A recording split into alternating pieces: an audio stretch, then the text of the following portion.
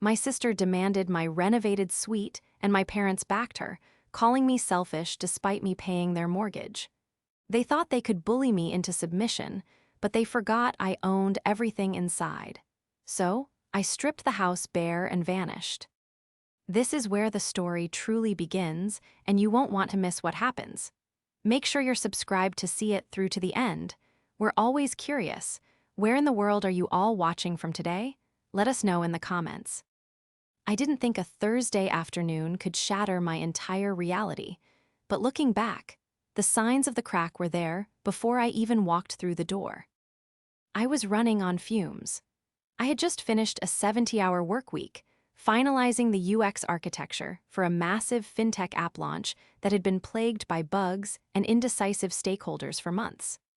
My eyes felt like they were packed with sand, and there was a dull, rhythmic thumping at the base of my skull that promised a full-blown migraine if I didn't get into a dark room within the hour.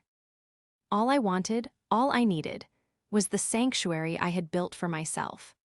I wanted to sink into the memory foam mattress I had saved up for, turn on the air purifier that hummed in that specific, soothing way, and perhaps listen to a quiet audiobook until my nervous system regulated itself.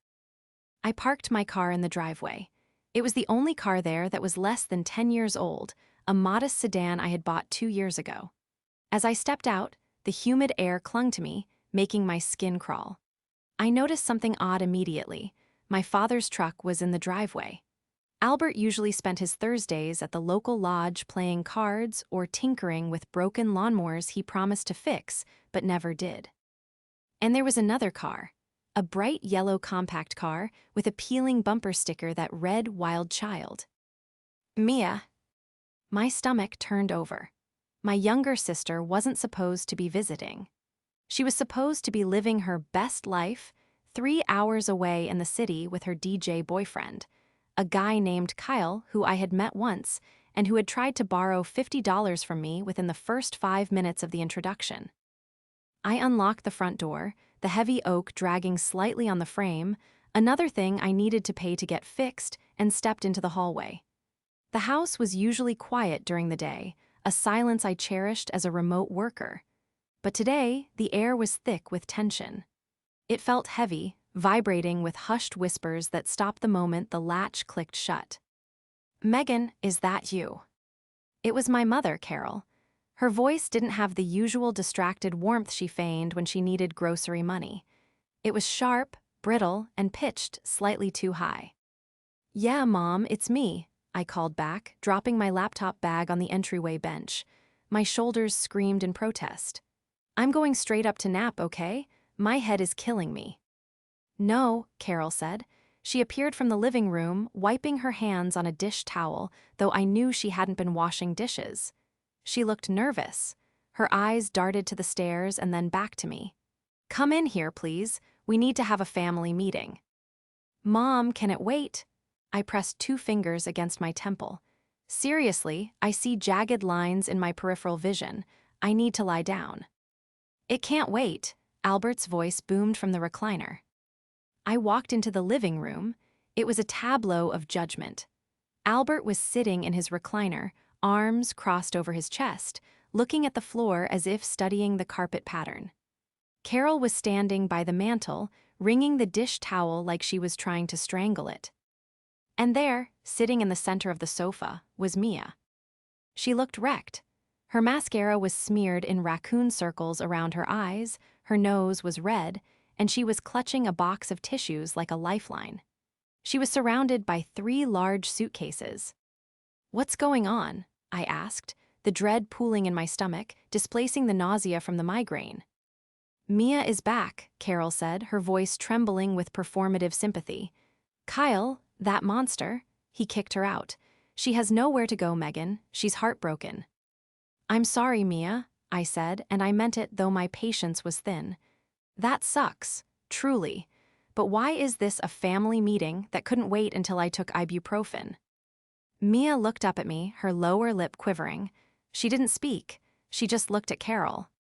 Carol took a deep breath, puffed out her chest, and delivered the blow. "Mia needs a safe space to heal. She needs stability. She's going to be moving back in." Okay, I said slowly.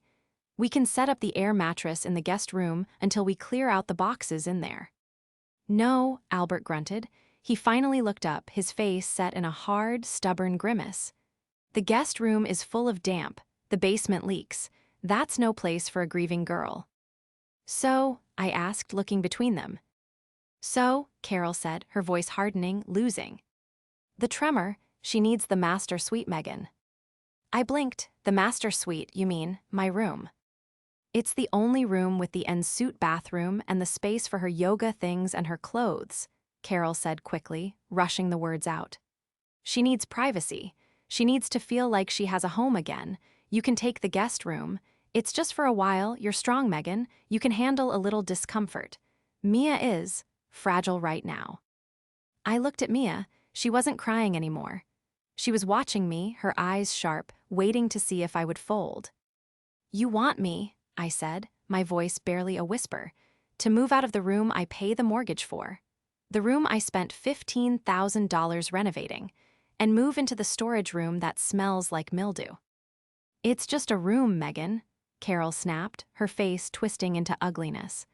God, why do you always have to be so difficult? Your sister is in crisis, and you're worried about square footage? It's selfish. The word hung in the air like a slap. Selfish. I looked at the three of them. The sister who had mocked my career, the father who hadn't paid a bill in 4 years, and the mother who treated me like an ATM. I felt the migraine sharpen into a distinct, piercing point behind my eye, but the emotional pain was far worse. The betrayal wasn't just in the request. It was in the expectation that I didn't matter enough to say no. I didn't scream.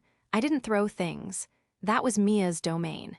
Instead, a cold numbness washed over me, a protective layer of ice that coated my nerves. I need to think, I said. There's nothing to think about, Albert said, shifting his weight in the recliner. The recliner I had bought him for Christmas 2 years ago because he complained his back hurt. Mia is already unpacking the car. You need to have your stuff out by Saturday. Saturday, I laughed, a short, dry sound that lacked any humor. Today is Thursday. You want me to pack up my entire life, my office, my workspace, in 48 hours. You don't have that much stuff, Mia piped up. Her voice was scratchy, but there was a distinct edge of entitlement in it. Just clothes and computers. I have furniture, I have a vanity. I have things that need space.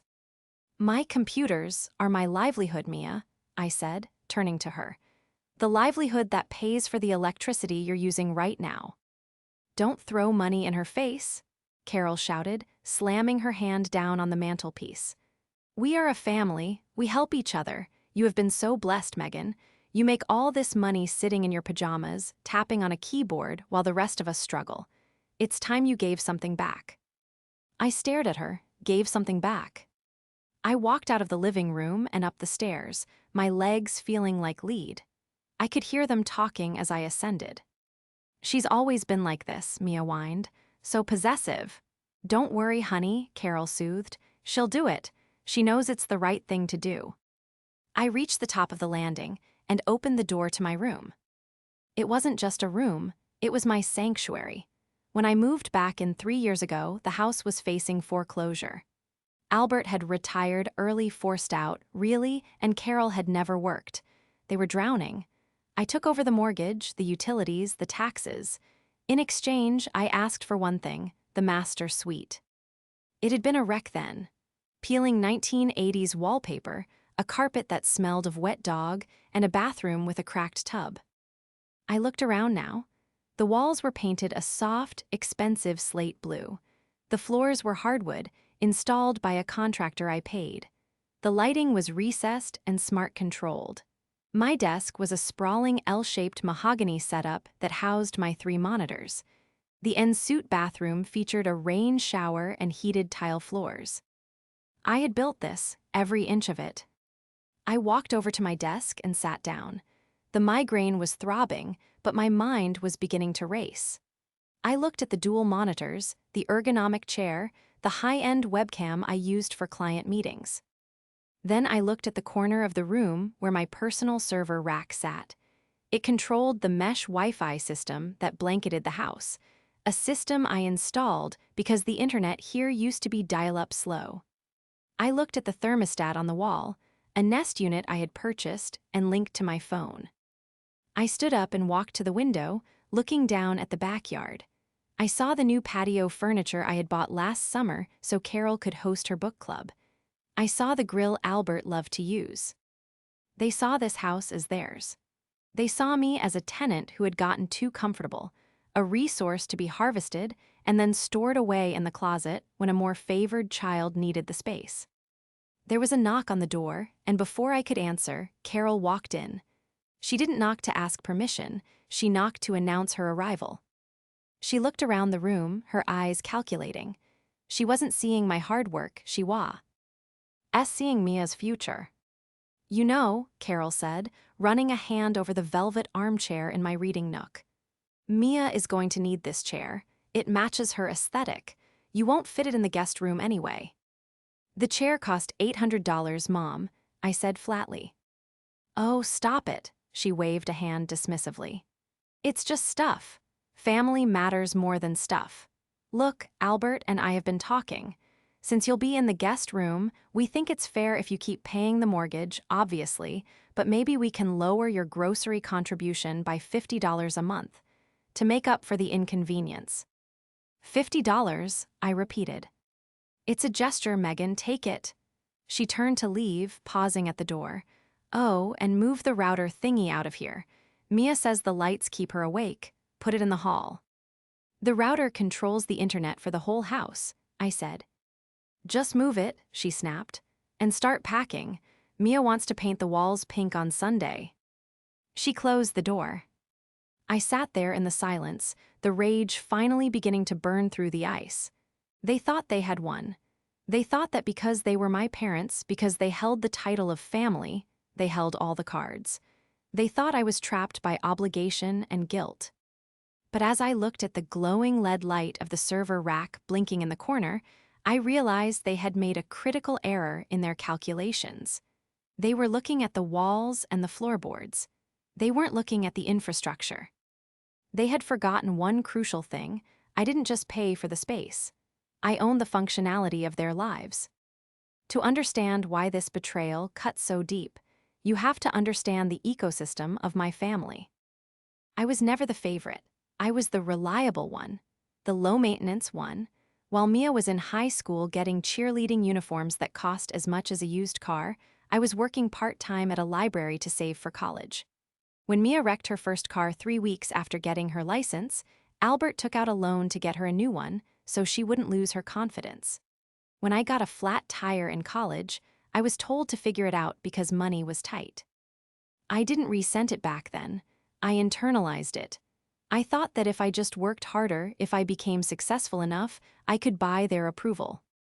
3 years ago, when Albert sat me down at the kitchen table, tears in his eyes, and told me the bank was taking the house, I didn't hesitate. I was 23, making 6 figures and living in a shoebox apartment in the city. I moved home. I caught up their arrears, $12,000 in a single check. I took over the monthly payments. I filled the fridge. I upgraded the appliances because the old ones were fire hazards. I thought I was saving my family. In reality, I was just subsidizing their dysfunction. The person who orchestrated this dynamic wasn't Albert. He was lazy and entitled, sure, but he was a follower. The architect was Carol. Carol was a woman who believed the world owed her a lifestyle she had never earned. She was a master of emotional manipulation, a woman who could twist a compliment into an insult and make you apologize for it. She had been a beauty queen in her youth, and she saw Mia as her second chance at glory. Mia was the extension of Carol's vanity, loud, pretty, demanding, and utterly vacuous. I was the extension of Carol's utility. I was the worker bee. That evening, I went downstairs to get water. The atmosphere had shifted from tense to celebratory.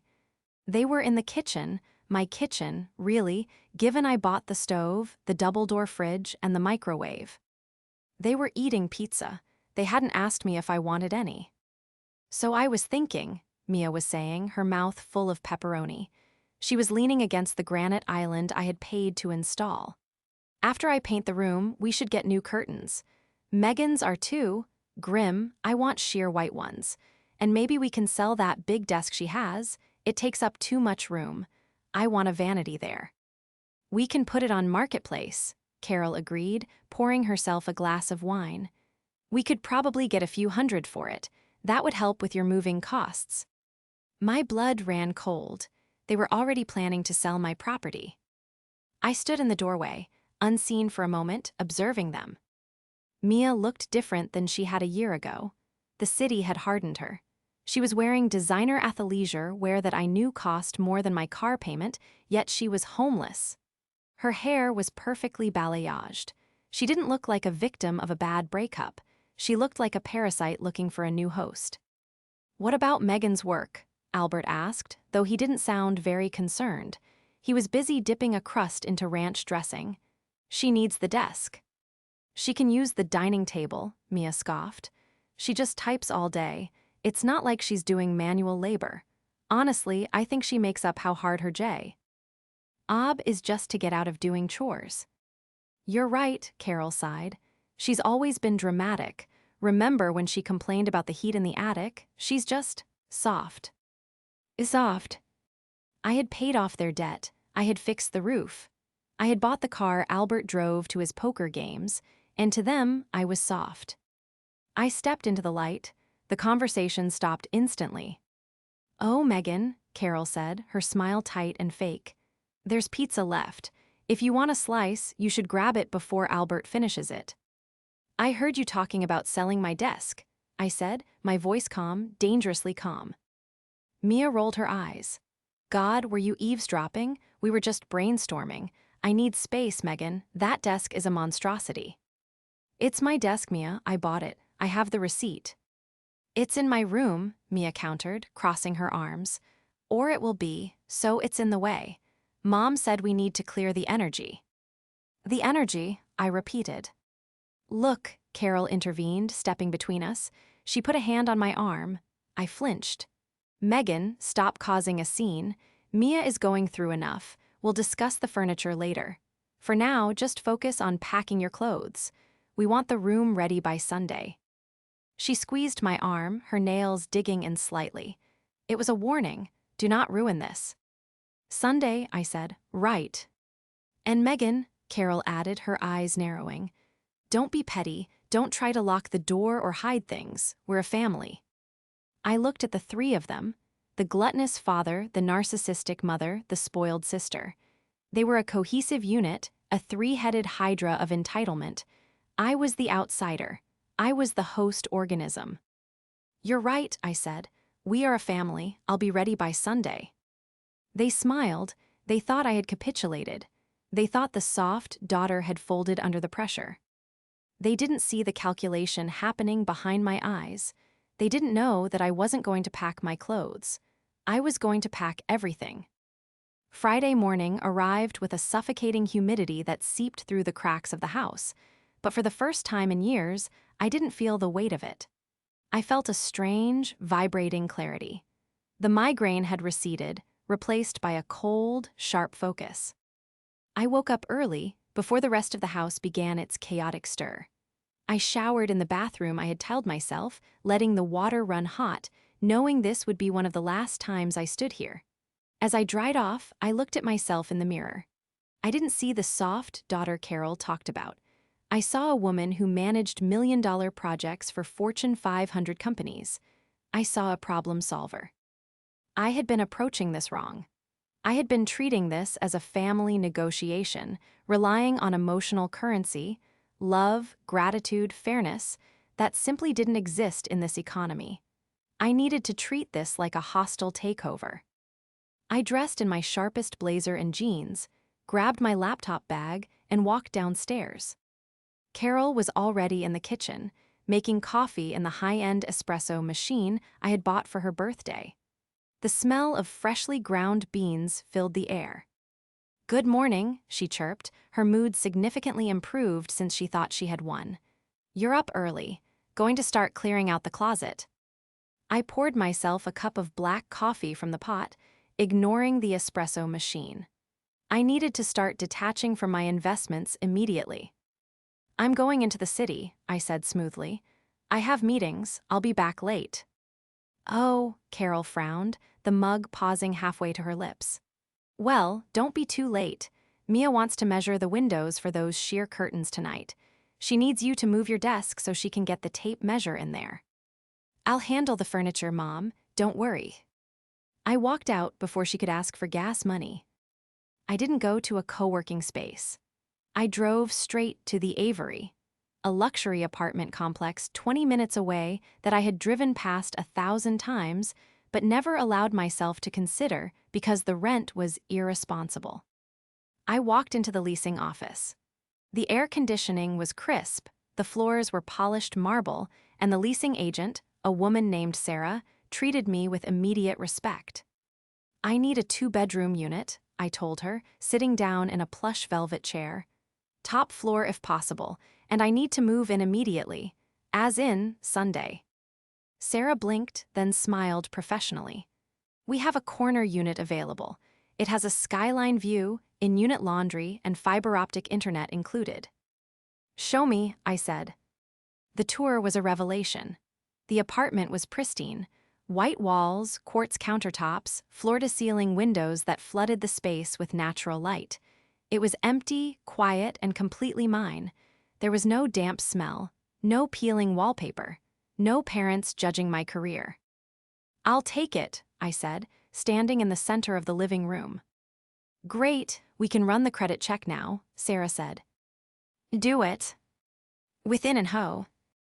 I had signed the lease. I paid the deposit and the first month's rent without blinking. The amount was less than what I paid monthly for my parents' mortgage and bills combined. The realization hit me like a physical blow. I was saving money by leaving. I sat in my car in the parking lot and made the next call. "Elite Moving Services, how can we help you?" "I need a full-service pack and move for Sunday morning." 8:00 a.m. sharp, I said. "I need 3 men and a large truck. I'm taking heavy furniture, appliances, and electronics." "Sunday is short notice, ma'am. That's a premium rate." "I don't care about the rate," I said, watching a bird fly freely over the complex. "I just need you to be fast and thorough. And one more thing, when you arrive, my family will think you are moving things to the basement. You need to ignore them and follow my instructions only. Can you do that?" "We work for the person who signs the check, ma'am." "Perfect." I hung up. The trap was set. I wasn't just leaving, I was extracting my capital. I spent the rest of the afternoon gathering the digital paper trail. I downloaded every bank statement from the last 3 years. I highlighted every transfer to Albert, every bill payment to the utility companies, every massive grocery receipt. I wasn't building a case to win them back. I was building a defense for the inevitable slander campaign. I returned home around 6. The atmosphere in the house was manic. Mia had obviously been busy planning. There were paint swatches taped to the walls of my hallway. "Pink chiffon or rose petal?"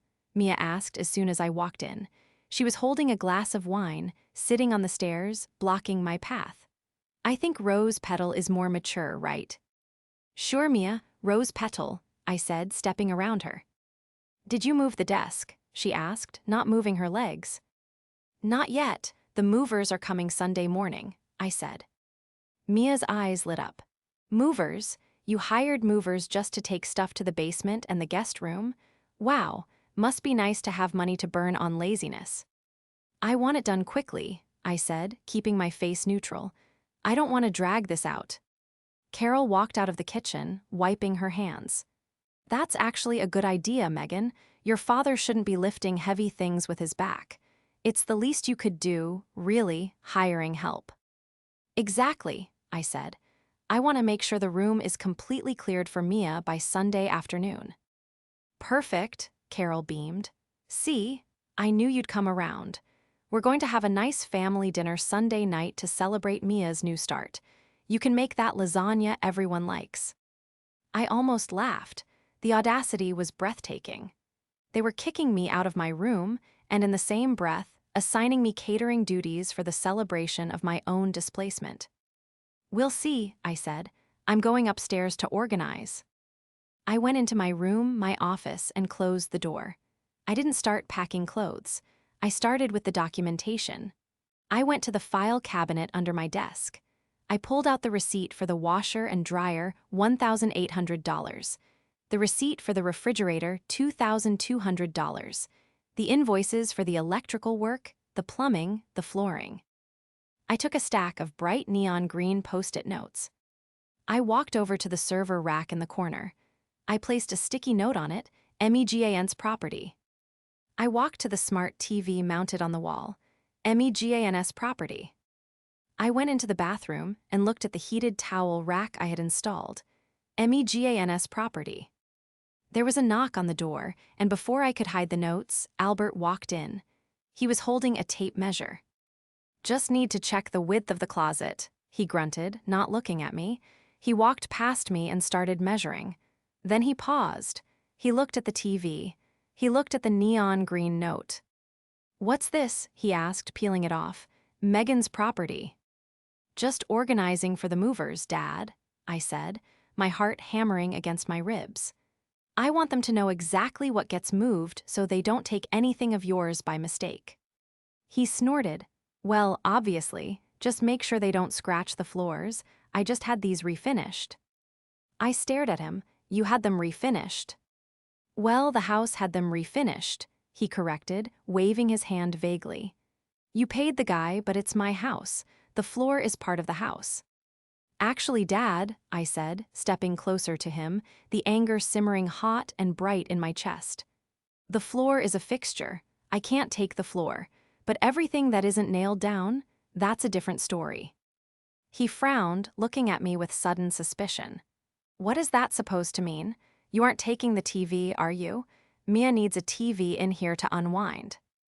"It's a 4K OLED, Dad. It cost $2,000. Why would I leave it in a room I'm not sleeping in?" "Because it's already mounted," he shouted, his face reddening. "You're going to leave holes in the wall? Jesus, Megan, you're being so petty. It's a TV. You can watch the one in the living room." "I bought the one in the living room too," I reminded him quietly. "So, it's a family house?" He threw the sticky note on the floor. "Stop with the stickers. It's childish. You leave the TV, you leave the curtains, and you leave the desk until we sell it. That's final." He stormed out, slamming the door. I stood there, trembling. Not with fear, but with adrenaline. He had just confirmed everything. To them, my property was community property. My labor was their entitlement. I picked up the sticky note from the floor and smoothed it out. Then I placed it back on the TV. "No," I whispered to the empty room. "That isn't final." Saturday was a blur of passive-aggressive commentary. I spent the day in my room, packing. In reality, I was dismantling my PC setup and carefully wrapping my monitors in bubble wrap. Downstairs, I could hear Mia and Carol planning. "We need to get a rug that ties the room together," Mia was saying. "Maybe we can use Megan's credit card points. She never uses them." "We'll ask her at dinner," Carol replied. "She's been grumpy, so let's butter her up first." I needed packing tape. I realized I had left a roll in the kitchen junk drawer, the drawer where bills, rubber bands, and batteries went to die. I went downstairs. The kitchen was empty. They were out on the patio, drinking iced tea. I opened the drawer and started digging through the chaos. I found the tape, but as I pulled it out, a long, slender envelope snagged on the adhesive. It was buried at the very back, beneath a pile of takeout menus. It was a bank statement, but it wasn't from the bank we used for the joint house account. It was from a credit union 2 towns over. The addressee was Carol and Albert Miller.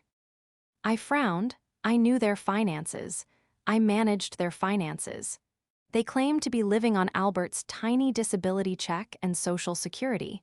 They claimed to have 0 savings. That was why I paid the mortgage. That was why I paid for the groceries.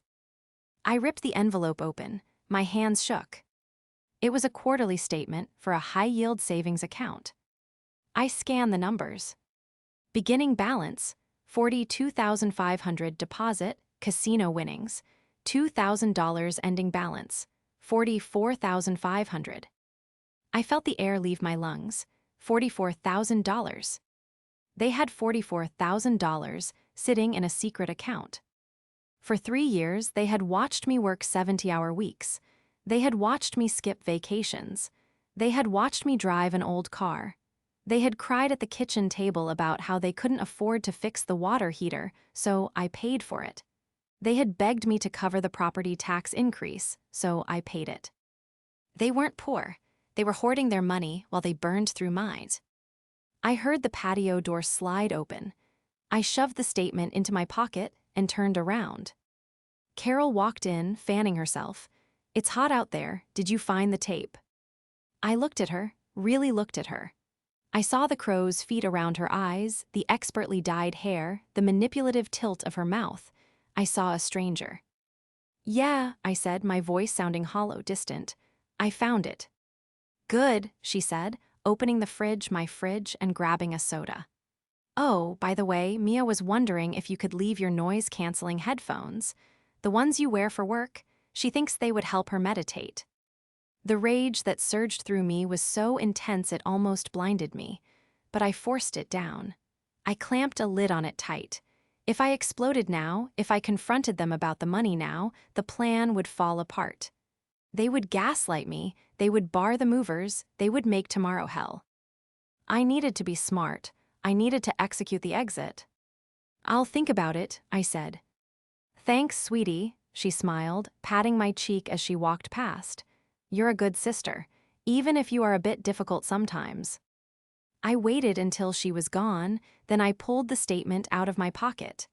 I took a picture of it with my phone. Then I uploaded it to my cloud storage. I went back upstairs. I didn't just pack my clothes, I packed the router. I packed the smart thermostat, replacing it with the cheap plastic one that had been there originally. I had kept it in a box, thank God. I packed the light bulbs, the expensive Philips Hue ones, and replaced them with standard bulbs. I walked into the bathroom. I took the shower head. I took the bidet attachment.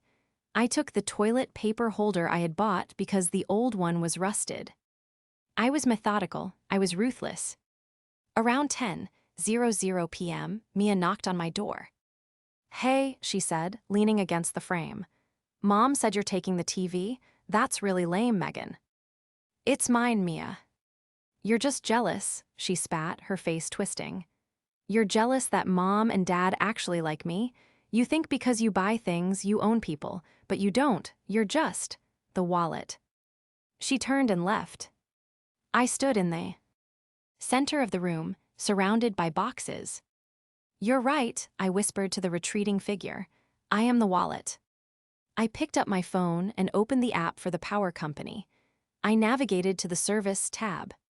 Schedule disconnection. Date, Sunday. Time, 12:00 p.m. I did the same for the internet, the same for the water, the same for the gas. I wasn't just moving out, I was closing the bank. Sunday morning broke with a deceptive calm. The sky was a bruised purple, threatening rain, mirroring the storm that was brewing in my gut.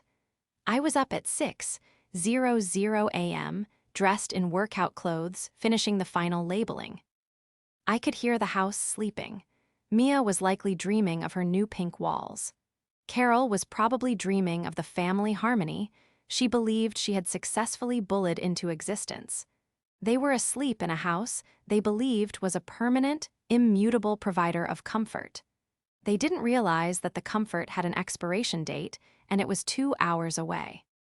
At 7:45 a.m., I went downstairs and unlocked the front door. I propped it open with a heavy stone. At 8:00 a.m. sharp, the rumble of a diesel engine shattered the morning silence. A massive white truck backed into the driveway, its air brakes hissing loudly. I walked out to meet the foreman, a burly man named Mike holding a clipboard. "Megan," he asked. "That's me," I said, handing him a floor plan I had sketched. Everything highlighted in yellow goes, everything. If it has a green sticker, it's mine. If anyone tries to stop you who isn't me, ignore them. Got it, Mike grinned. Let's get to work. The sound of 4 men in work boots stomping into the entryway woke the house instantly. What is going on? Carol shrieked from the top of the stairs. She was wearing her silk robe, her hair in rollers. Megan, who are these people? These are the movers, Mom, I called up from the living room, where I was disconnecting the 65-inch OLED TV. I told you I hired help. For the guest room, she shouted, rushing down the stairs. Why are they in the living room? Why are they touching the TV? Careful with that bracket, guys, I told the movers, ignoring her. Megan, Carol grabbed my arm, spinning me around. Her face was a mask of confusion and rising panic. Stop this immediately. You are not taking the living room TV. We agreed. No, Mom, I said, my voice steady, loud enough to be heard over the sound of packing tape ripping. You demanded. I listened. I never agreed. What's the racket? Albert appeared, stumbling out of the bedroom in his pajamas. He froze when he saw 2 men lifting the expensive leather recliner, his recliner. Hey, put that down. That's my chair. Actually, Dad, I said, stepping between him and the movers. I bought that chair on December 14th, 2023. I have the receipt. It's coming with me. You can't do this, Mia screamed from the landing. She looked down, horrified. They're in the kitchen. Mom, they're unplugging the fridge. The fridge, Carol's face went pale. Megan, stop this. All the food will spoil. I suggest you get some coolers, I said coldly. Or maybe eat it fast. The chaos that followed was absolute. Carol tried to block the doorway to the kitchen, but Mike, the foreman, simply politely asked her to move for safety reasons. When she refused, I walked over. Mom, I said, leaning in close, if you interfere with them, they charge by the hour, and I will deduct that cost from the final utility bill I pay. Move. She moved, shocked by the venom in my voice. For the next 3 hours, they watched in horror as their lifestyle was systematically dismantled. The washer and dryer were hauled out, leaving a gaping, dusty hole in the laundry room. The high-end microwave was boxed. The Dyson vacuum, the Ninja blender, the Le Creuset pot set, all of it marched out the door. By 11:30 a.m., the house echoed. It wasn't empty, but it was hollow. The old, stained furniture they had owned before I moved in, the stuff stored in the garage, was all that remained. You've gutted the house, Albert whispered, standing in the middle of the living room. He looked smaller, older. You stripped us bare. I took what was mine, I said, signing the foreman's clipboard. I'm leaving you exactly what you had before I came back to save you. You are a selfish, ungrateful bitch, Mia screamed, storming up to me. I have friends coming over tonight. What am I supposed to tell them? That my sister stole the furniture. Tell them whatever you want, Mia, I said. Tell them I'm the villain. It doesn't matter anymore. We are your parents, Carol sobbed, playing her final card, the tears flowing freely now. How can you leave us like this? We have nothing. We have no money to replace this. You know we're living on a fixed income. This was the moment. The neighbors were outside, watching from their lawns, drawn by the commotion. My parents were playing the victims perfectly. I reached into my bag and pulled out the printed photo of the bank statement. Fixed income, I asked loudly. I slapped the paper onto the bare wall where the TV used to be. The tape stuck. You have $44,500 in the credit union, Mom, I said, my voice ringing through the empty room. Carol stopped crying instantly. The color drained from her face. Albert looked at her, then at the paper, then back at her. What? Albert wheezed. They've been hoarding money, Dad, I said, looking at him. While I paid the mortgage, while I paid for your medicine, while I paid for the food in your stomach, they had 40 grand sitting there gaining interest. Mia walked over to the paper. She read it. Her mouth dropped open. Mom, you said you couldn't afford to help me with my rent in the city. It was for emergencies, Carol stammered, backing away. It was our retirement. I was your retirement plan, I said, and I just quit. I checked my watch. 11:59 a.m. Goodbye, Mom. Goodbye, Mia. I walked out the front door. As I stepped onto the porch, the movers closed the back of the truck. And then, precisely at 12:00 p.m., the house went dark. The smart lights I hadn't packed flickered and died. The hum of the refrigerator ceased. The Wi-Fi signal vanished.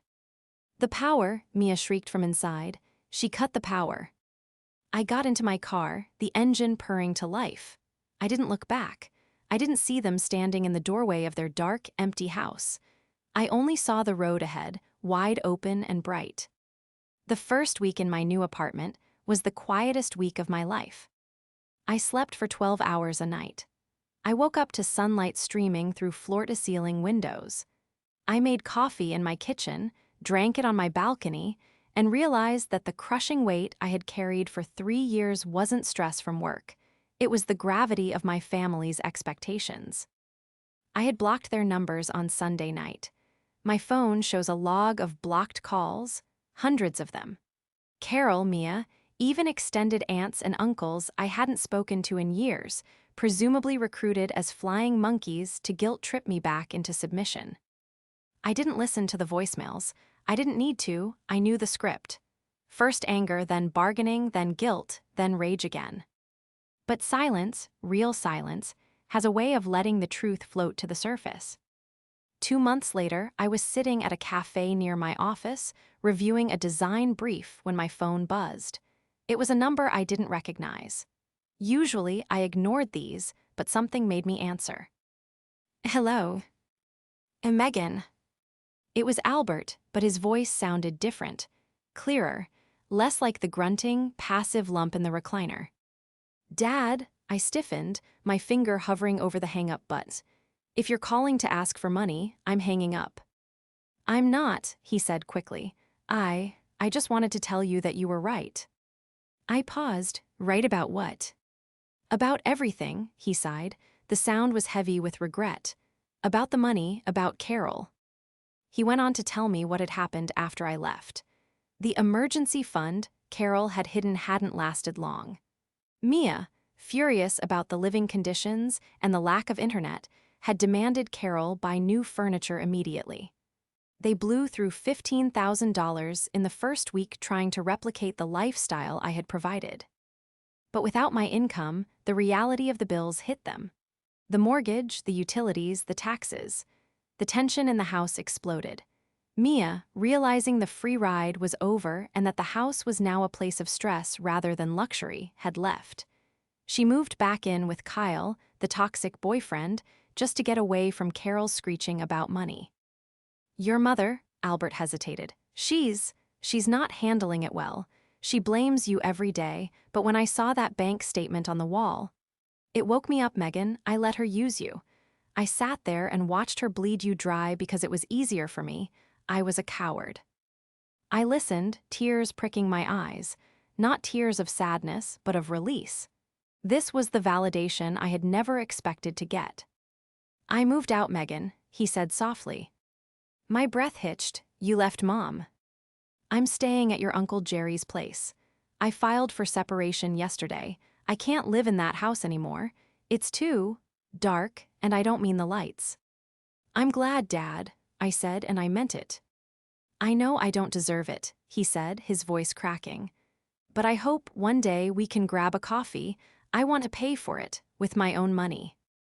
"I'd like that," I said. "Give it some time, but I'd like that." I hung up the phone and looked out the window. Justice wasn't about seeing Carol suffer, though I knew she was currently sitting in a house she couldn't afford, surrounded by the echoes of her own greed. Justice wasn't about Mia repeating her bad cycles. Justice was Albert waking up. Justice was the cycle breaking. I packed up my laptop and walked out into the city. The air was crisp, signaling the start of autumn. I took a deep breath, filling my lungs with the cool, clean air of freedom. I had lost a house, but I had gained a life. And for the first time, the ledger was balanced.